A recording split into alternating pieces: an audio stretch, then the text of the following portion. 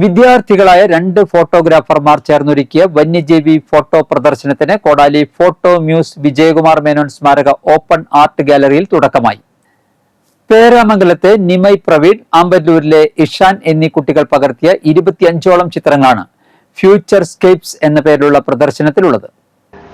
ഇളം പ്രായത്തിൽ അധികമാർക്കും കയ്യെത്തിപ്പിടിക്കാൻ കഴിയാത്ത വന്യജീവി ഫോട്ടോഗ്രഫി മേഖലയിൽ മികച്ച ചിത്രങ്ങളിലൂടെ തങ്ങളെ അടയാളപ്പെടുത്തുകയാണ് ഈ കൗമാര പ്രതിഭകൾ. വന്യജീവി ഫോട്ടോഗ്രാഫറും ആർക്കിടെക്റ്റുമായ പ്രവീൺ മോഹൻദാസിന്റെയും ആർക്കിടെക്ട് വൈഷ്ണവി ചിത്തിര ബാലന്റെയും മകനായ നിമൈ തൃശൂർ ഹരിശ്രീ വിദ്യാനിധി സ്കൂളിലെ 7ാം ക്ലാസ് വിദ്യാർത്ഥിയാണ്.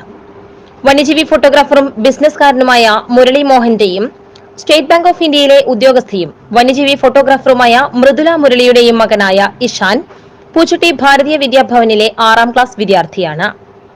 മാതാപിതാക്കൾക്കൊപ്പം ഇന്ത്യയിലെ വിവിധ വന്യജീവി സങ്കേതങ്ങൾ സന്ദർശിച്ചപ്പോൾ പകർത്തിയ ചിത്രങ്ങളാണ് ഫോട്ടോ മ്യൂസ് ഓപ്പൺ ആർട്ട് ഗാലറിയിലെ പ്രദർശനത്തിൽ ഉൾപ്പെടുത്തിയിട്ടുള്ളത്. ഗാലറിയിൽ സംഘടിപ്പിച്ച ലളിതമായ ചടങ്ങിൽ പ്രദർശനത്തിന്റെ ഉദ്ഘാടനം നിലവിളക്ക് കൊളുത്തി ഇവർ തന്നെ നിർവഹിച്ചു. Photo muse director doctor Unnikrishnan Pulikkal, Seema Suresh, Anand Dugar, Praveen Mohandas, Murali Mohan, V K Kasim, Sreeni Pullarikkal, P S Mohandas, Nimai, Ishan എന്നിവർ പ്രസംഗിച്ചു. പ്രദർശനം ഈ മാസം 31 വരെ നീണ്ടുനിൽക്കും.